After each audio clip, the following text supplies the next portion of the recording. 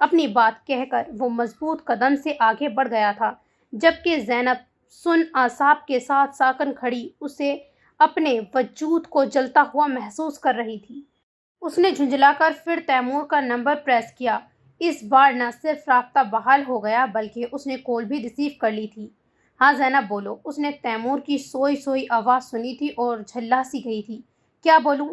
آپ پہنچے کیوں نہیں ہیں ابھی تک؟ اوپر سے سیل بھی آف ہے۔ وہ مشتعل ہو کر بولتی چلی گئی تھی۔ یہ کون سا طریقہ ہے بات کرنے کا؟ تمہیں ابھی تک یہ سمجھ نہیں آ سکی کہ تم تیمور خان کی بیوی ہو اور تیمور کی بیوی کو کس طرح سے اس سے بات کرنی چاہیے؟ وہ بھڑک کر پھنکارا تھا۔ تیمور کا شمار انہی مردوں میں ہوتا ہے جو رشتے کو اہمیت دیے بغیر عورت کو بس پیر کی جوتی سے زیادہ گرداننے پر آمادہ نہیں ہوتے۔ وہ تیمور کا کوئی اور عکس اور رنگ تھا جس پر زینب نے اپنا سب کچھ اس پر وار دیا تھا، اپنی محبت تک، اپنا جہان تک، مگر سب کچھ ہار کے پچھتاوا ہی پچھتاوا تھا اس کے پاس۔ یہاں شادی ہے تیمور اور سب آپ کا پوچھ رہے ہیں۔ آپ نے وعدہ بھی کیا تھا نا مجھ سے کہ آئیں گے یہاں پر؟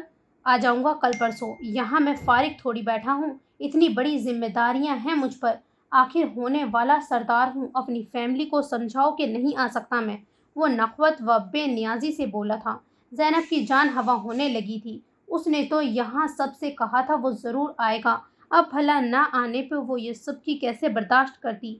پلیز تیمور میری خاطر آ جائیں، بھلے ایک رات کے لیے آئیں گے نا؟ وہ منت پر اتر آئی۔ مزید ایسی کچھ منتوں کے بعد تیمور نے آنے کا وعدہ کیا، وہ بھی کل۔ اس نے سکھ کا سانس بھر لیا تھا۔ اتنا بھی کافی تھا، اگر سمجھوتا کرنا ہو تو وہ سمجھوتا کر رہی تھی۔ سین چینج۔ مہندی کی تقریب کے لیے اس کی بلڈ ریڈ بے حد یونیک سی میکسی تھی جو اس کے پیروں تک آتی تھی۔ ہلکا پھلکا میک اپ اور پشت پر گرتے لمبے سیدھے بال، پیروں میں غصہ، اس پہ ایسا روپ آیا تھا کہ خود وہ بھی اپنے آپ کو آئینے میں دیکھ کر کنگ سی رہ گئی تھی۔ آئے ذرا میرے ساتھ باہر۔ ماریا نے اسے سرہاتی نظروں سے دیکھا تھا، پھر اس کا ہاتھ پکڑ کر کھینچتی باہر لے آئی۔ شالے اس کی کارستانی خاک نہ سمجھ پائی تھی اور ماریا نے لا کر اسے لابی میں کھڑے ٹیلی فون سیٹ کا ریسیور کان سے لگائے کوئی نمبر ڈائل کرتے جہان کے سامنے لا کھڑا کیا تھا۔ دیکھیں جہان بھائی، میں نے آپ کی دلہن کو کتنا اچھا تیار کیا ہے، کیا انعام دیں گے بھلا مجھے؟ جہان کی ساری توجہ اپنے کام کی طرف تھی، چونک کر متوجہ ہوا تھا۔ جہاں وہ اس کے شائن بکھرتے پرحجاب چہرے پر نگاہ ڈالتے ہی مبہوت ہوا تھا، وہ وہاں شالے اسی لحاظ سے کنفیوزڈ اور جھجکی تھی۔ وہ حسین تھی بلا شبہ، مگر اسے سج دھج نے تو گویا اس کے حسن کو دو آتشاں کر دیا تھا، اور حسن کی زبان بھی ایک کرشمہ دکھاتی ہے، اپنا آپ منواتی ہے۔ جہان بھول گیا تھا کہ اس کے جذبات شالے کے لیے کیسے تھے، وہ تو بس اس کے جکڑ لینے والے سراپے اور حیا آمیز سرمگی چہرے پر سجی مسکان کو دیکھ کر کنگ رہ گیا تھا۔ آپ کو بھی پیاری لگی ہے نا؟ چلیں اب میرا انعام نکالیں۔ ماریا کی معصوم کھنکتی ہنسی جہان کو ہوش کی دنیا میں لے کر آئی تھی۔ اس نے بے اختیار اپنے چہرے پر ہاتھ پھیر کر جیسے خود کو اس زہر سے آزاد کرنے کی کوشش کی اور خود کو جکڑا تھا۔ اس کے چہرے کے زاویوں میں پہلے تناؤ آیا تھا، پھر ناگواری۔ اس نے کڑی نظروں سے شالے کو دیکھا تھا۔ ان نظروں میں کس درجے ملامت اور تلخی تھی، شالے کو محض ایک پل لگا تھا سمجھنے میں۔ اس کے گلابی شرمیلے گھبراہٹ زدہ چہرے پر لمحوں میں سر اسمگی اور دھواں بکھرتا چلا گیا تھا۔ ماریا کے ہاتھ سے اپنا ہاتھ آہستگی سے نکالتی وہ لڑکھڑاتے قدموں سے پلٹ گئی تھی۔ ماریا کو اس سے شاید توقع نہیں تھی، وہ اسے آوازیں دیتی اس کے پیچھے دوڑی تھی۔ جہان نے ناگوار سے انداز میں سر جھٹکا تھا۔ سین چینج۔ یہ سارا دن بھی اس نے روتے جاگتے سوتے سسکتے ہی گزارا تھا۔ معاذ کئی بار اسے دیکھنے آیا مگر وہ اس کے سامنے سے بچنے کو ہی سوتی بن گئی تھی۔ وہ اس کی شکل بھی دیکھنا نہیں چاہتی تھی۔ اس کے دل میں یہ خیال پختہ ہو گیا تھا کہ معاذ نے محض اسے نیچا دکھانے کو ہی اس کے ساتھ یہ سلوک کیا تھا، اور وہ بکھر بکھر کر یہ سوال بار بار خود سے کرتی تھی، اور کیا ایک بار ہار جانے والا انسان بار بار ہارتا ہی رہتا ہے؟ کیا پھر کوئی محبت اس کا نصیب نہیں بن سکتی؟ اس کی پلکیں بار بار نم ہوئی تھی۔ معاذ نے اسے زیر کر لیا تھا، اپنی منمانی کر لی تھی۔ اس کے جذبات اور احساسات کو بری طرح مجروح کر کے وہ چاہتا تھا پھر سب ویسا ہو جائے۔ وہ کیوں ایسا کرتی؟ وہ کیوں اسے بار بار اپنے جذبات سے کھیلنے کا موقع دیتی؟ وہ اپنے اندر لگی آگ کو ماس کے وجود کا حصہ بنا دینا چاہتی تھی۔ شاید تب اسے کچھ سکون آ جاتا۔ مہندی کی تقریب بے حد شاندار تھی۔ ماز نے بلیک شیروانی پہنی تھی جو اس کے دراز قامت اور گزب کے شاندار سراپے پر بہت جچی تھی۔ وہ کل کی طرح آج بھی چاک و چوبند بے حد فریش اور مگن نظر آتا تھا، بات بے بات پر کہکا بکھیرتا ہوا، محفل کی جان بنا ہوا۔ اس کی شخصیت بڑی جاندار اور محصور کن تھی اور مغلوب کر لینے والی تھی۔ اس کی شخصیت کی سب سے خاص چیز اس کا بھرپور اعتماد تھا، جو اس پر اٹھنے والی ہر نگاہ کو پسندیدگی اور ستائش عطا کرتا تھا۔ آج کی تقریب میں پرنیا کا لباس چوڑی پاجامہ اور انارکلی فراک تھا، جس کا گھیر اتنا زیادہ تھا کہ دونوں سائڈ سے دو لڑکیاں اٹھاتی تھیں تب وہ قدم اٹھا سکتی تھی۔ سلور کلر کا یہ انتہائی دیدہ زیب لباس تھا جس پر سلور جھلملاتا ہوا کام بنا ہوا تھا، سلور جویلری تھی۔ وہ اس لباس میں پھولوں کے گہنے پہنے اتنی منفرد اور پیاری لگ رہی تھی، گویا چمکیلی پری ہو یا پھر کوئی اپسرا۔ رسم کے دوران بھی اس کی خاموشی میں کمی نہیں آئی تھی۔ آج تو اس کا روپ دیکھ کر صحیح معنوں میں دل کو تھام کر بیٹھ گیا تھا، اور فوٹو سیشن کے انوکھے پوز بنوائے تھے اپنے ساتھ کہ وہ عاجز ہو گئی تھی اس کی قربت سے اور شوخی کے مظاہروں پر نالان سی، مگر کچھ کہنے سے قاصر تھی کہ سب وہاں ہی موجود تھے۔ فوٹو سیشن کے بعد ماز نے اپنی پسند کا گیت چلا دیا تھا اور بار بار ریوائنڈ کر کے سننے لگا تھا۔ اس کی شوخی بولتی نظروں کا مرکز پرنیا ہی تھی۔ اس نے جب چھٹی بار یہی گانا لگایا تو اتنی سرمستی اور سرشاری کی کیفیت میں تھا کہ زیاد کے ہاتھ پکڑ کر کھینچنے پہ اس کے ساتھ مل کر بھنگڑا ڈالنے لگا تھا۔ پرنیا کے ساتھ باقی سب بھی حیران رہ گئے، باقی شرارتیں ایک طرف، مگر وہ کبھی بھی یوں ناچتا نہیں تھا۔ مگر جب اس کے قدم اٹھے تو ایک عجیب بے خودی چھائی ہوئی تھی اس پہ۔ اس نے ثابت کر دیا وہ باقی سب کاموں کی طرح اس کام میں بھی لاجواب ہے۔ اس کا بھنگڑا اور راحت فتح علی خان کی آواز میں ایک سما باندھ دیا تھا۔ سب پلکیں جھپکائے بنا اسے دیکھنے لگے تھے۔ کوئی بولے صحرا ہے، کوئی مانے دریا ہے، کیسا ہے عشق، کوئی سونے سا تولے رے، کوئی ماٹی سا بولے رے، کوئی بولے کہ چاندی کا ہے چھرا، ہوتا ایسے یہ موقع پہ روکا جائے نہ روکے سے، اچھا ہوتا ہے یہ برا، کیسا یہ عشق ہے، عجب سا عشق ہے۔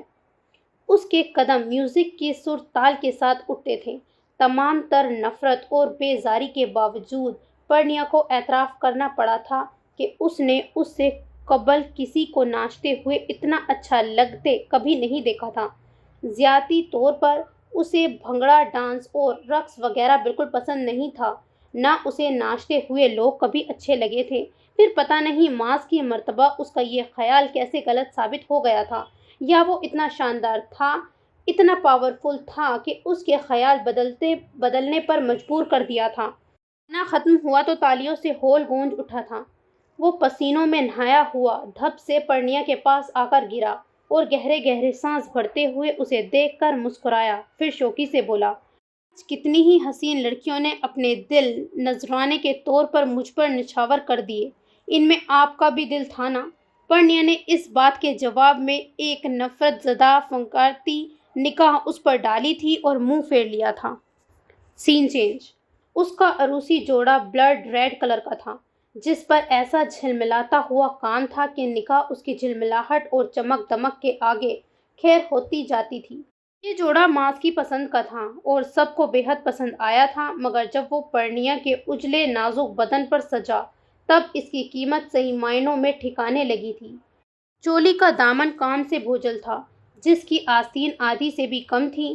گلے کا گہراؤ بہت زیادہ تھا، اس پر بیوٹیشن نے اس کے منع کرنے کے باوجود سارا دوپٹہ پیچھے سیٹ کیا تھا۔ تلائی میچنگ جویلری اور دونوں کلائیوں میں سونے کی بھری ہوئی چوڑیاں، بڑے بڑے جھمکی والے چمکتے اور اسی دن کی مناسبت سے کیا میک اپ، وہ پچھلے تمام دنوں کی خوبصورتی کا ریکارڈ توڑ گئی تھی۔ جس نے بھی دیکھا تھا بے اختیار بلائیں لی تھی۔ سے سب کے بیچ اسٹیج پہ بھی نہیں لا کر بٹھایا گیا کہ مما کو اس کی خراب طبیعت کا اندازہ تھا، بس رسموں کی ادائیگی کو معاذ کے ساتھ زیاد وغیرہ لمحے بھر کو اندر آئے تھے۔ معاذ نے البتہ وہاں آ کر ہلنے سے انکار کر دیا تھا۔ خود وہ بلیک ٹو پیس میں ملبوس تھا، سرخ ٹائی باندھے، اپنے اونچے پورے قد، چوڑے شانوں، خوبصورت چہرہ اور ذہین آنکھوں کے ساتھ وہ بے حد مکمل اور وجیحہ لگ رہا تھا، جس کی شخصیت میں ہر بے حد سر انگیزی تھی۔ وہ پرنیا کو دیوانہ وار دیکھتا تھا اور مسکرائے جاتا تھا۔ مجھے فخر ہے میں اس دنیا کا سب سے خوش بخت انسان ہوں، اتنی خوبصورت ہے میری بیوی۔ دھیمی مسکراہٹ ہنوز اس کے لبوں کی تراش میں مچل رہی تھی۔ زیاد نے وہاں آ کر اس کا ہاتھ پکڑ کر کھینچ لیا۔ باہر آ جائیں آپ کو جنید بھائی بلا رہے ہیں۔ معاذ کے احتجاج کی پرواہ کیے بغیر وہ اسے ساتھ گھسیٹ کر ہی لے گیا تھا جہاں جنید بھائی نے اسے دیکھتے ہی آڑے ہاتھ لیا تھا۔ باش ہے پتر تمہاری مردانگی کو، ابھی سے بیوی کے گھٹنے سے لگ کر بیٹھ گئے، ساری زندگی کیسے گزرے گی؟ ساری زندگی بھی بیوی کے گھٹنے سے لگ کر ہی گزاروں گا، نو ڈاؤٹ، اس نے بلا جھجک کہا اور غصے سے انہیں دیکھنے لگا۔ کیوں بلایا ہے آپ نے مجھے؟ پتہ نہیں ہے آج میری شادی ہے اور میں اپنی بیوی سے پیار بھی کرتا ہوں۔ وہ انہیں گھور رہا تھا۔ اس بے شرمی اور دھڑلے پر جنید بھائی کا منہ کھل گیا تھا۔ حسان اور زیاد کی کھیکھی نے الگ انہیں گھسیاہٹ میں مبتلا کر دیا تھا۔ یاد ہے یار تم سے، یعنی کوئی شرم نہیں ہے؟ شرم کیسی بھائی؟ میں کوئی گناہ کا کام کرنے لگا ہوں کیا؟ جنید بھائی بغلے جھانکنے لگے تھے، پھر انہوں نے اپنی خجالت دور کرنے کو کہا تھا۔ چل یار ایک گانا ہی سنا دے، تیری آواز بڑی مست کر دینے والی ہے۔ اتنی بار تو سنایا ہے، کل تو ڈانس بھی کیا تھا، آپ کہاں تھے؟ دیکھا تھا یار، میں آج کی بات کر رہا ہوں، انہوں نے جج ہو کر جواب دیا تھا۔ مقصد اسے باتوں میں الجھانا تھا جس میں وہ کسی حد تک کامیاب بھی تھے۔ یہ پروگرام پھر کسی دن کے لیے اٹھا رکھیں، ابھی تو میں اپنے کمرے میں جا رہا ہوں۔ وہ اٹھا تو جنید بھائی نے اسے ہاتھ پکڑ کر واپس گھسیٹ لیا تھا۔ ایسی بھی کیا بے مروتی ہے یار، کچھ دیر تو بیٹھو ہمارے پاس۔ وہ جان بوجھ کر اس سے بحث کو طویل کرنے لگے تھے۔ معاذ کی جھنجھلاہٹ بڑھتی جا رہی تھی اور جنید بھائی خط لے رہے تھے۔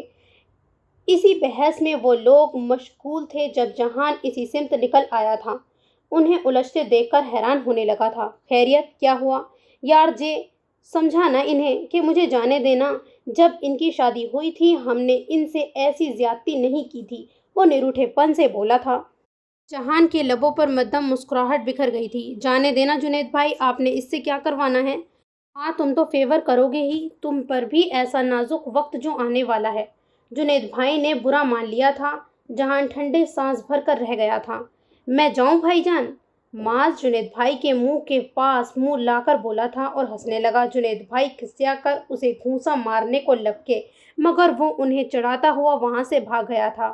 ماحول خوبصورت تھا، زندگی خوبصورت تھی، وہ بے حد سرشار تھا، نہیں جانتا تھا یہ خوشی عارضی ہے۔ سین چینج۔ معاذ نے جب اپنے کمرے میں قدم رکھا رات نصف سے تجاوز کر چکی تھی۔ مما نے اسے بے حد بھاری سیٹ دیا تھا پرنیا کی رونمائی کے لیے۔ وہ اندر آیا تو ایئر فریشنر کی دل فریب مہک کے ساتھ گلابوں کی خوشبو نے بھی اسے اپنے حصار میں جکڑ لیا تھا۔ اپنی موجودگی میں معاذ نے بیڈ روم کی صرف گلابوں کے پھولوں سے آرائش کرائی تھی۔ وہ اس رات کو حسین تر بنا دینا چاہتا تھا اور یادگار بھی۔ وہ جان گیا تھا پرنیا اس کی منمانی کے بعد سے خفا ہے اس سے۔ اسے خود بھی احساس ہو گیا تھا جبھی اس نے اسے منانے کے ہزار طریقے سوچ لیے تھے، وہ اس سے مزید خفا رہ نہیں سکتی تھی۔ اسے یقین تھا، مگر پہلا دھچکا اسے پرنیا کو بیڈ پر موجود نہ پا کر لگا تھا۔ دروازہ کھلنے کی آواز پہ اس نے چونکتے ہوئے گردن موڑی تو واش روم سے باہر آئی پرنیا کو دیکھ کر اس کے ارمانوں سے لبریز دل بجھ کر رہ گیا تھا۔ وہ اتنا حسین روپ اس کی ستائش پائے بغیر ختم کر چکی تھی۔ وہ نہا کر نکلی تھی اور اس وقت گلابی لبادے میں لپٹی سرسراتی رات کا ایک حسین راز لگ رہی تھی۔ اس کے لمبے سیدھے بال اس کی پشت کی بجائے سینے پر گر رہے تھے۔ اس کو دیکھ کر بھی خوبصورتی سے نظر انداز کرتی وہ ڈریسنگ ٹیبل کے آئینے کے آگے جا کھڑی ہوئی۔ بال سلجھاتے اس کی کلائی میں پڑی سونے کی چوڑیاں جل ترنگ بجانے لگیں تو معاذ چونکا تھا۔ اتنی جلدی لباس تبدیل کر لیا، میرا انتظار تو کرتی آپ۔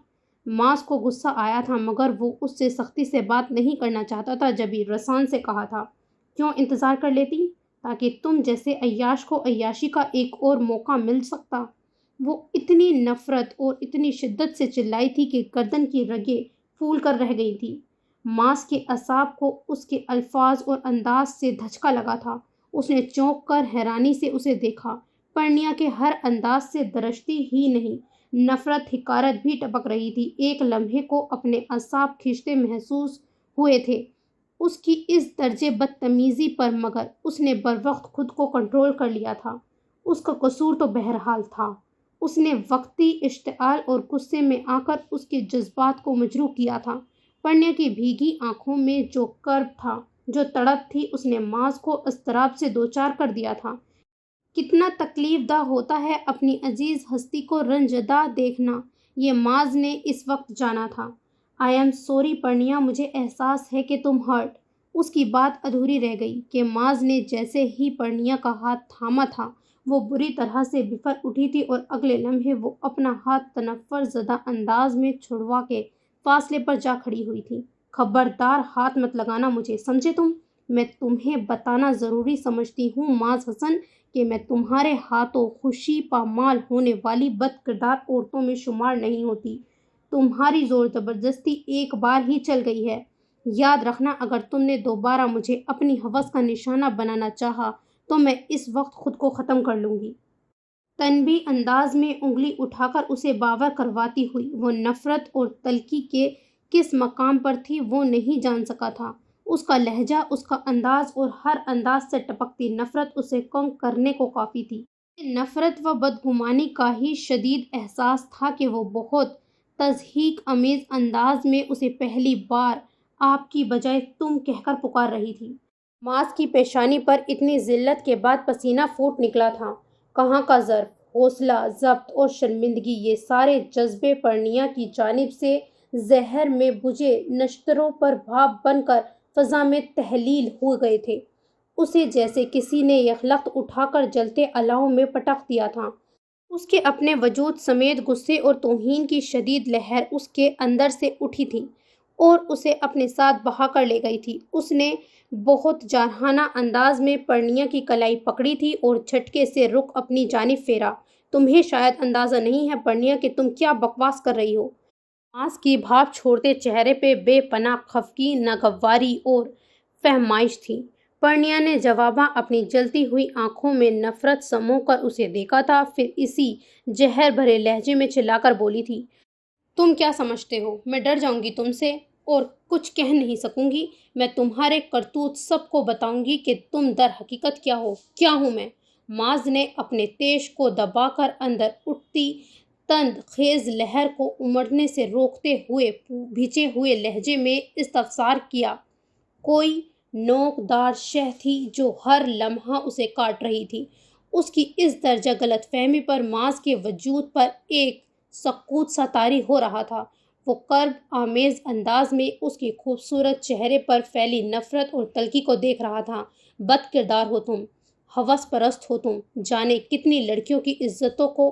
پرنیا کی بات ادھوری رہ گئی تھی۔ ماز کا ہاتھ فضا میں گھوما تھا اور بھرپور تھپڑ کی صورت ایک کے بعد دیگر میں اس کے چہرے پر برسا تھا۔ اس کی آنکھوں سے ہی نہیں، چہرے سے بھی گویا لہو ٹپک رہا تھا۔ میں لعنت بھیجتا ہوں تمہاری سوچ سمیت تم پر بھی۔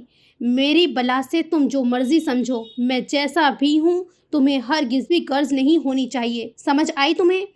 ماز کا لہجہ و انداز انتہائی جارحانہ تھا۔ اس کی برہمی کو برداشت کرتے وہ بالآخر خود بھی پتھر سا ہو گیا تھا اور ہر مصلحت و احتیاط بالائے طاق رکھ دی تھی۔ میں ہوس پرست ہوں یا نہیں، مگر آج کے بعد کم از کم تمہارے نزدیک تک تو نہیں آؤں گا۔ اتنی تذلیل کا احساس اسے پاگل کرنے کو کافی تھا۔ پرنیا ایک دم ساکت ہو گئی تھی۔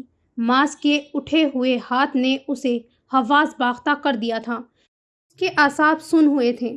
ماز اس پر قہر بھری نگاہ ڈالتا، پاؤں کی ٹھوکر سے راستے میں آئی ہر شے کو توڑتا کمرے سے باہر چلا گیا تھا۔ پرنیا اس کے بعد بھی بہت دیر تک یوں ہی ساکن و صامت بیٹھی رہی تھی۔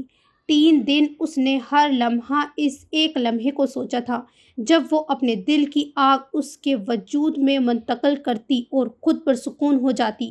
وہ لمحہ آیا تھا، اس نے ماس کو اپنی خواہش کے مطابق نفرت سے دھتکارا بھی تھا، مگر وہ پرسکون نہیں ہو سکی تھی، بلکہ وہ اس صدمے اور شوق سے نکلی تو پتہ نہیں کس زبان کے احساس سمیت بلک بلک کر روتی چلی گئی تھی۔ باہر بھیگتی رات کچھ اور گہری، تاریک اور ہولناک ہوئی تھی۔ سین چینج۔ جہان کے سر میں شدید درد تھا۔ اس کی ہمیشہ سے عادت تھی جب وہ زیادہ تھکا ہوا ہوتا سو نہیں پاتا تھا۔ آج بھی دن بھر کی روزمرہ سے ہٹی ہوئی روٹین کی بھاگ دوڑ نے اسے تھکا کر چور کر دیا تھا۔ وہ سونے کو لیٹا اور نیند کو ترس کر بستر چھوڑ دیا تھا۔ چائے بنانے کے خیال سے اپنے کمرے سے کچن کی سمت آتے وہ زینب کے کمرے کے آگے سے گزرتے ٹھٹک کر تھم گیا تھا۔ دروازہ ادھ کھلا تھا، لائٹ آن تھی۔ جہان کے ٹھٹکنے کی وجہ زینب کی سسکیاں تھیں، گھٹی گھٹی بے قرار سسکیاں جو جہان کا دل ایسے بھیج گئیں جیسے کسی نے جوتے سے مسل کر رکھ دیا ہو۔ قدم آگے بڑھنے سے انکاری ہو گئے تھے اور اندر جانے کے وہ حد درجہ گریزاں تھا۔ کچھ سوچ کر اس نے نیم و دروازے پر دستک دی تھی۔ رات کے اس پہر سناٹے میں یہ مدھم سی آواز بھی پوری طرح گونجی تھی۔ زینب کی سسکیاں تھم سی گئیں، ماحول پہ پھر سے سکوت طاری ہو گیا تھا۔ اگلے چند لمحوں میں جہان نے دروازے کی اوٹ میں اس کی جھلک دیکھی تھی۔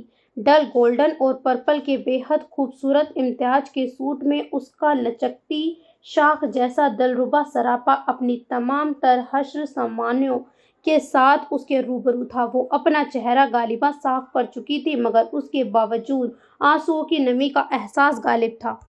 جی فرمائیے، کیوں رو رہی تھی تم؟ آپ سے مطلب؟ آپ کیوں پوچھ رہے ہیں؟ وہ زور سے پھنکاری تھی۔ زینب، آپ پریشان ہیں؟ کیا مسئلہ ہے؟ پلیز بتائیں مجھے۔ اس کی بدتمیزی کا برا مانے بغیر وہ اسی رسان اور نرمی سے بولا تھا جو زینب کے لیے کبھی اس نے مخصوص کر رکھی تھی۔ زینب نے جھنجھلا کر اور آنکھوں میں غصے کا تاثر سمو کر اسے دیکھا، مگر جہان کے چہرے پر موجود اپنائیت اور نرمی پر اس کے ذہن کا تناؤ قدرے کم ہوا تھا۔ تیمور نہیں آئے جے؟ سب لوگ مجھے مشکوک نظروں سے دیکھ رہے تھے۔ میں بہت اپسیٹ ہوں، کچھ سمجھ میں نہیں آتا کیا کروں۔ غصہ بھلائے اس کے آگے اپنا مسئلہ بیان کر رہی تھی، پہلے کی طرح جیسے ہمیشہ کیا کرتی تھی۔ جہان نے گہرا سانس بھر کر اسے دیکھا تھا۔ کوئی تو وجہ ہوگی نا، تم خود کال کر لیتی اسے۔ کال کی تھی کل، جب میں نے آنے کا کہا تھا وہ خفا ہونے لگے تھے۔ تم پریشان مت ہو، میں کل اسے خود کال کروں گا، آ جائے گا۔ ریلیکس، اب سو جاؤ، رات بہت ہو گئی ہے۔ زینب نے مشکوک نظروں سے اسے دیکھا، پھر بے چارگی سے بولی، میرے سر میں بہت درد ہے جے، لالے کو پوچھ کر کوئی ٹیبلٹ لے دیں گے؟ میرے پاس ٹیبلٹ ہے، میں لا دیتا ہوں۔ جہان وہیں سے پلٹ گیا تھا، اپنے کمرے میں آ کر پین کلر نکالی تھی، پھر کچن میں کھڑا ہو کر چائے کی تیاری کی۔ اپنا مگ وہیں چھوڑ دیا۔ زینب کے لیے دوا کے ساتھ پانی کا گلاس اور چائے لے کر وہ رات کے اس پہر دوبارہ اس کے دروازے پر آیا تو دل میں اس خفگی کا احساس تک باقی نہیں تھا جو اسے آج دن میں اس سے اس وقت محسوس ہوئی تھی۔ وہ بہت سرد اور نخوت زدہ انداز میں شالے کے سامنے خود کو اس سے برتر ثابت کر رہی تھی کہ وہ اگر جہان کو نہ ٹھکراتی تو جہان کبھی شالے کا نصیب نہیں بن سکتا تھا۔ شالے کی آنکھوں میں صرف حیرانی نہیں، تعصب، رنج اور اذیت کے کتنے رنگ تھے۔ یہ محض اتفاق تھا کہ وہ دونوں اس کے کمرے کی اس عقبی کھڑکی کے نیچے کھڑی تھیں جو لان میں کھلتی تھی۔ جانے زینب نے اسے کیسے وہاں گھیر لیا تھا اور اپنی عادت و فطرت کے مطابق اس پہ اپنی برتری ثابت کرنا چاہ رہی تھی۔ جہان کو اس پل اس پر اتنا غصہ آیا کہ جی چاہا تھا جا کے 2 تھپڑ مار کر اس کا دماغ ٹھکانے پہ لے آئے، مگر اس نے ایسا نہیں کیا تھا تو وجہ شالے افریدی ہی تھی۔ شالے سے نفرت کے احساس نے اسے ایک انتہائی ناجائز اور غلط کام کرنے سے روک دیا تھا اور بے حسی کا لبادہ اوڑھ کر پیچھے ہٹ گیا تھا۔ تو اس کا یہ مطلب بھی نہیں تھا کہ اسے زینب کی یہ حرکت اچھی لگی تھی۔ وہ اسے سرزش کرنا چاہتا تھا، مگر اکیلے میں۔ یہ اب جو کچھ اس نے سنا تھا، زینب کی پریشانی جس انداز میں اس پر آشکار ہوئی تھی، جہاں نہ بھی کچھ کہتا وہ اپنا کیا خود ساتھ ساتھ بھگت رہی تھی، مگر بات نہ سمجھنے کی تھی۔ اور دکھ بھی اسی بات کا ہے کہ ہم اتنی تیزی سے عاقبت نا اندیش ہوتے جا رہے ہیں کہ ہماری بے حسی ہمیشہ یہ سوچنے کا بھی موقع نہیں دیتی ہم نے کس کے ساتھ کہاں کیا غلط کیا۔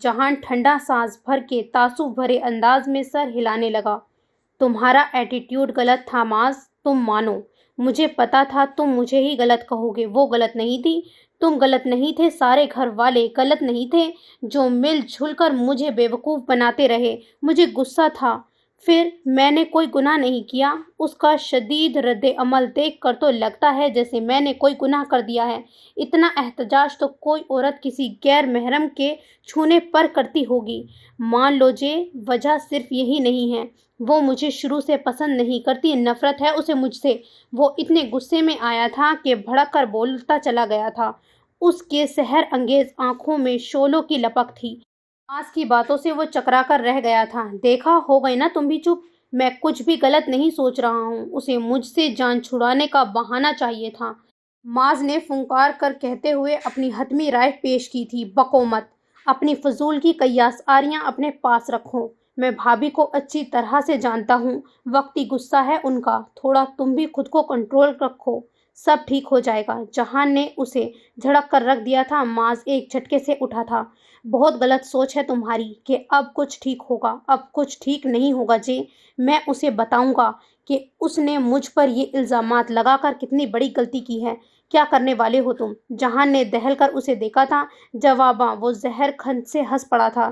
یہ تو راز کی بات ہے، تمہاری ڈیئر سس ہی جانے گی۔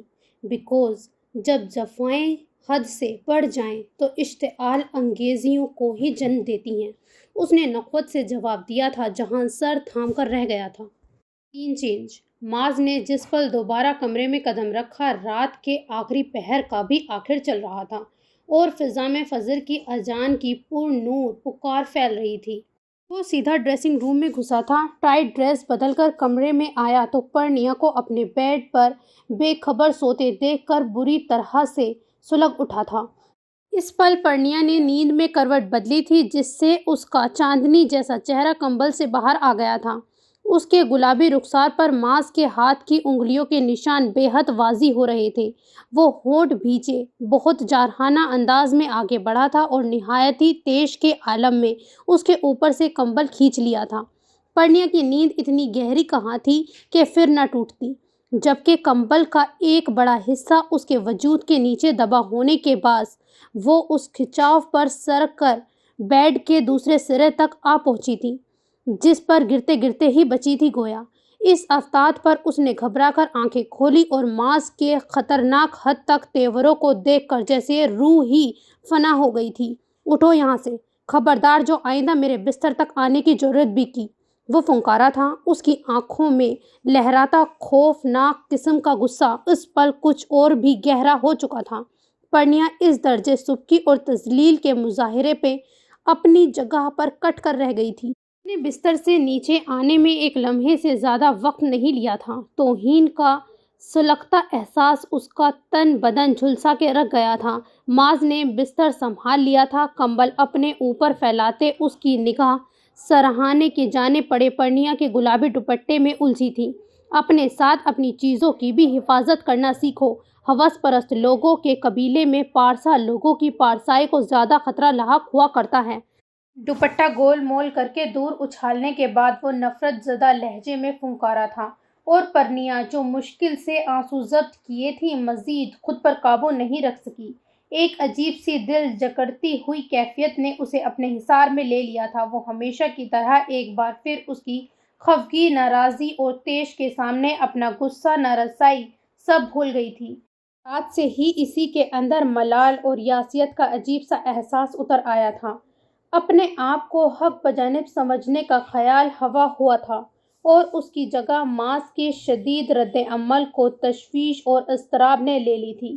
وہ ان چند گھنٹوں میں جانے کتنی بار خود کو ملامت کر چکی تھی، قصوروار ٹھہرا چکی تھی کہ اسے معاذ سے یوں جھگڑا کم زکم نہیں کرنا چاہیے تھا، وہ بھی اس صورت جبکہ وہ اپنے کیے پر معذرت خواہ تھا۔ خود پر حیرت ہو رہی تھی، کیا اس کی وہ ناراضگی اتنی شدید تھی کہ اس میں معاذ کی وہ محبت بھی گم ہو گئی تھی جو اسے پہلے روز دیکھ کر ہی اس نے اس کے لیے اپنے دل میں محسوس کی تھی۔ دیکھا جاتا تو اس پوری دنیا میں لے دے کر اگر اس کا کچھ اثاثہ اور قیمتی سرمایہ تھا تو وہ معاذ تھا، اس کی محبت تھی۔ جو موضوعاتی طور پر اسے ملی تھی۔ وہ 2 سال جس کے ہر دن کے ماتحت سجدوں میں گڑ گڑا کر اپنے رب سے اپنے لیے مانگی تھی۔ کتنے راز کی بات تھی یہ، جسے اس نے کبھی خود پہ بھی اپنے آپ سے شیئر نہیں کیا تھا۔ شیئر کیا تھا تو اپنے مالک سے۔ سب کچھ عطا کرنے کی شان رکھتا ہے اور اس مالک نے اسے مایوس بھی تو نہیں ہونے دیا تھا۔ ماس کا اسے دیکھ کر یوں باقی سب کچھ بھلا دینا اس کے نزدیک معجزہ ہی تو تھا، مگر وہ اس نعمت کی قدر نہیں کر سکی تھی۔ شکر ادا کرنا تو دور کی بات، رات سے اسے یہی ملال کھائے جاتا تھا، مگر وہ اس نعمت کی قدر نہیں کر سکی تھی۔ شکر ادا کرنا دور کی بات تھی، یہ کیا کر دیا تھا اس نے؟ کیا وہ محبت اتنی ہی بوندھی تھی اس کی جو اتنی سی بات پر یوں ختم ہو گئی تھی؟ ساکن کھڑی ماس کے کمبل میں چھپے توانا وجود کو آنسو بھری آنکھوں سے دیکھتی رہی۔ ایک بار تو دل میں خواہش جاگی انا کو پشت ڈال کر خود اس کی جانب پیش رفت کر لے، معافی مانگ لے اس سے۔ شوہر تھا اس کا، رات جس طرح سے اس نے جھٹکا تھا، اللہ کے نبی صلی اللہ علیہ وآلہ وسلم کے فرمان کے مطابق ساری رات فرشتوں نے لعنت بھیجی تھی اس پر۔ کیا وہ ہر رات ایسی ہی لعنت کی مستحق ٹھہرائے گی؟ اس کے آنسو بہنے لگے تھے، مگر ماس کے پاس جانے اور کچھ کہنے کا بھی حوصلہ نہ پیدا تھا۔ وہ جتنے غصے اور قہر کا ابھی مظاہرہ کر چکا تھا، اس سے کچھ بعید نہ تھا کہ اسے شوٹ کرنے سے بھی گریز نہ کرتا۔ آنسو پوچھتی وہ وضو کے ارادے سے واش روم میں گھس گئی تھی۔ سین چینج۔ بیڈ پہ نیم دراز وہ ہینڈ سیٹ کے ذریعے اپنے سیل پر گیت سن رہی تھی۔ سن کیا رہی تھی؟ سن کر رو رہی تھی۔ عجیب حالت تھی اس کے دل کی۔ وہ مضطرب اتنی تھی کہ اٹھ کر بے قراری سے ٹہلنے لگی۔ کل جب زینب اسے جہان کے حوالے سے اپنی برتری اس پر ثابت کرنے کی کوشش کر رہی تھی، اس سے بھی قبل اس نے جان لیا تھا جہان اور زینب کے بیچ کچھ نہ کچھ خاص تھا، مگر وہ خاصیت، وہ ساری کی ساری اہمیت جہان کی جانب سے ہوگی، یہ تو اس نے تصور تک نہیں کیا تھا۔ کچھ زینب کی باتیں تھیں اور کچھ نئی جگہ کی وجہ کہ وہ سو نہیں پا رہی تھی۔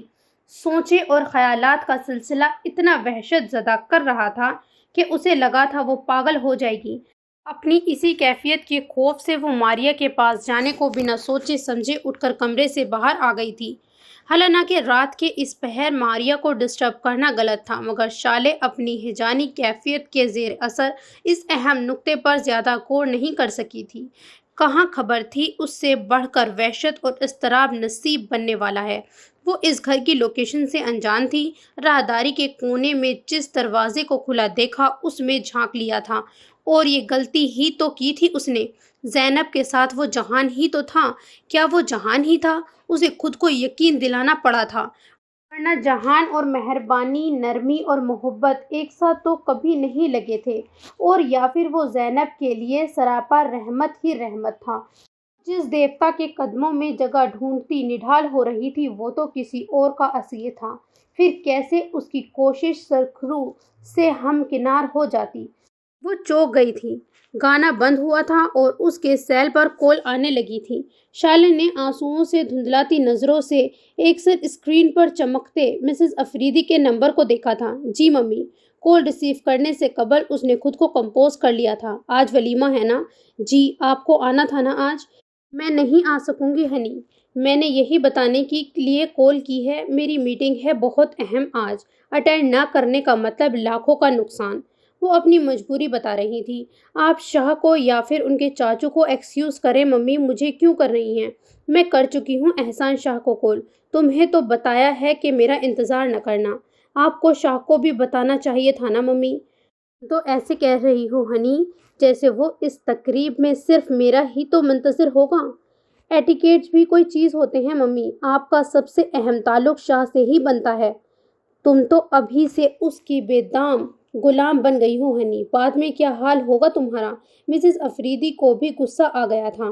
شوہر کی اطاعت گزاری اور خدمت کا حکم ہمیں اسلام دیتا ہے مما، میں ایسا کر کے کچھ بھی انوکھا نہیں کروں گی، اس نے جتلا کر کہا۔ مسز افریدی اس کی ایسی باتوں سے ہمیشہ چڑھتی تھی، اس وقت بھی جھلا کر فون بند کر دیا۔ بھابھی آپ اٹھ گئی ہیں، مما آپ کو ناشتے پر بلا رہی ہیں۔ دروازے پر ماریا تھی۔ شالے اپنے خیالات سے چونک اٹھی، پھر اسے کچھ دیر میں آنے کا کہتی مزمل قدموں سے واش روم کی سمت بڑھ گئی تھی۔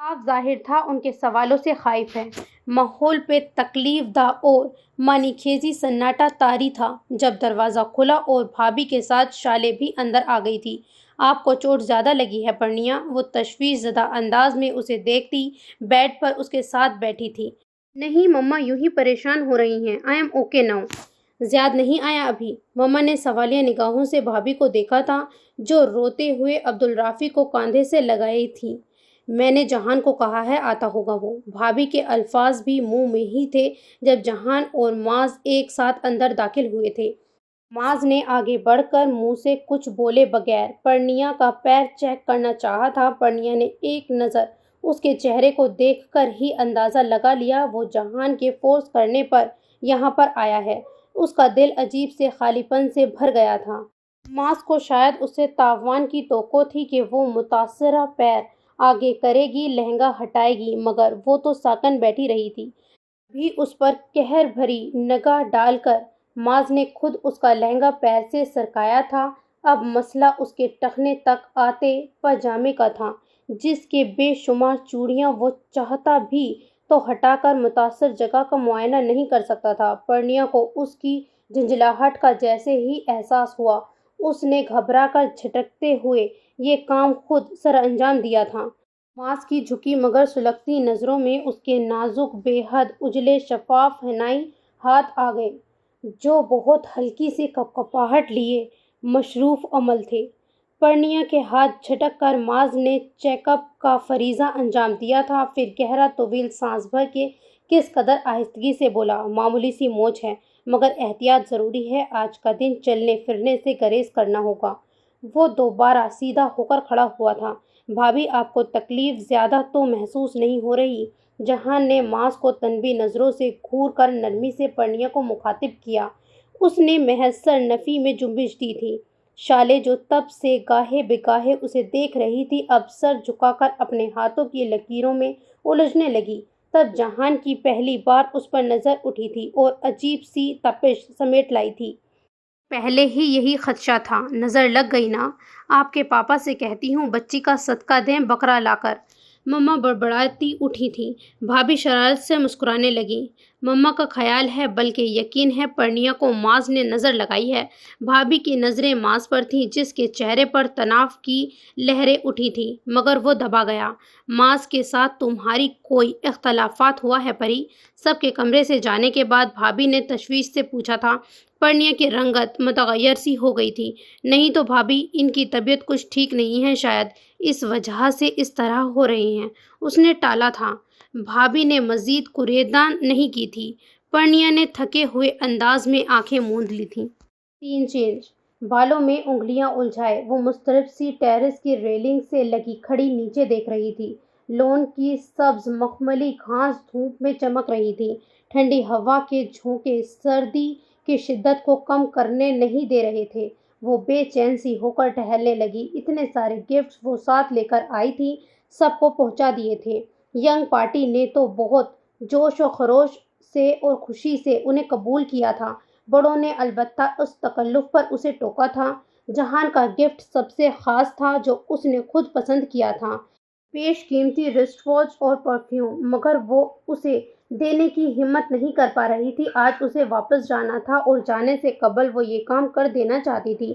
بہت سوچنے کے بعد اس نے ہمت کو جمع کیا اور کمرے میں آ کر ٹیبل پر رکھا پیک اٹھا لیا تھا۔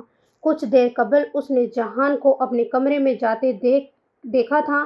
اس کے خیال میں یہ بہترین موقع تھا۔ بہت حوصلہ کر کے وہ اس کے کمرے تک تو آ گئی تھی مگر دروازے پر آ کر پھر ہمتیں اور حوصلہ کمزور پڑنے لگے تھے۔ قریب تھا کہ وہ واپس پلٹ جاتی کہ اسی پل دروازہ کھلا تھا اور جہان اپنے دھیان میں باہر آتا اس سے ٹکرا گیا تھا۔ شالے ہل کر رہ گئی تھی، ہاتھ میں موجود پیک زمین بوس ہو چکا تھا۔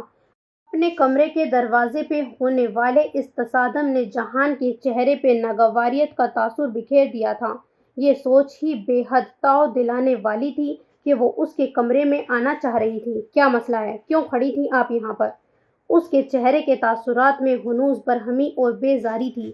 شالے جو جھجک کر پیک اٹھا رہی تھی تھر تھر کانپنے لگی تھی۔ وہ ایکچولی یہ گفٹ تھا جو میں حواس باختہ ہوتی ہکلا کر بولی تھی۔ جہان نے ایک نگاہ اس کے ہاتھ میں موجود خوبصورت پیک کو دیکھا تھا اور ماتھے پر بل ڈال لیے تھے۔ آپ سے کس نے کہا مجھے اس کی ضرورت ہے یا میں قبول کر لوں گا؟ محترمہ، آپ جو عمر بھر کا توق بن کر میرے گلے میں پڑ گئی ہیں، آپ کی طرف سے یہی کافی ہے میرے لیے۔ تشریف لے جائیں۔ اس کا لہجہ مدھم مگر رحانت اور تضحیک کے احساس سے لبریز تھا۔ اپنی بات مکمل کر کے وہ رکا نہیں تھا، تنفر بھرے انداز میں آگے بڑھ گیا تھا۔ شالے سبکی اور خفت کے احساس کے ساتھ اپنا دل بند ہوتا محسوس کر رہی تھی۔ دھواں ہوتے چہرے کے ساتھ وہیں کھڑی رہ گئی۔ ماں نظروں کی تپش اور مردانہ خنکار پر وہ ایک تکلیف دہ احساس سے نکلی تھی۔ سامنے سیاہ سلوار سوٹ میں ملبوس تیمور خان کھڑا تھا، جس کے چہرے پہ ہی نہیں آنکھوں میں یکایک عجیب سا احساس تھا۔ شاید اس کے دیکھنے کے انداز میں شائستگی نہیں تھی، جس نے شالے کو سنبھلنے اور پھر خود میں سمٹ جانے پر اکسایا تھا۔ تیمور خان کل ولیمے پر پہنچا تھا، وہ دور سے ہی اس سے متعارف ہوئی تھی۔ کسی نے بھی اس کا انٹروڈکشن براہ راست تیمور سے کروانے کی کوشش نہیں کی تھی۔ اس کی وجہ شالے کو اب سمجھ آ رہی تھی۔ آپ کو پہلے کبھی یہاں نہیں دیکھا۔ پرنیا صاحبہ کی سسٹر ہیں آپ؟ انہی کی طرح ہیں، یونیک اور فینسی۔ وہ بے باک اور اندر تک کھوج لینے والی نظروں سے مسلسل ایک ٹک اسے دیکھے جا رہا تھا۔ شالے بری طرح سے جذبس ہوئی تھی۔ اسے قطعی سمجھ نہیں آئی تھی سسرالی اس بے حد اہم رشتے کے ساتھ کس طرح کا رویہ رکھے۔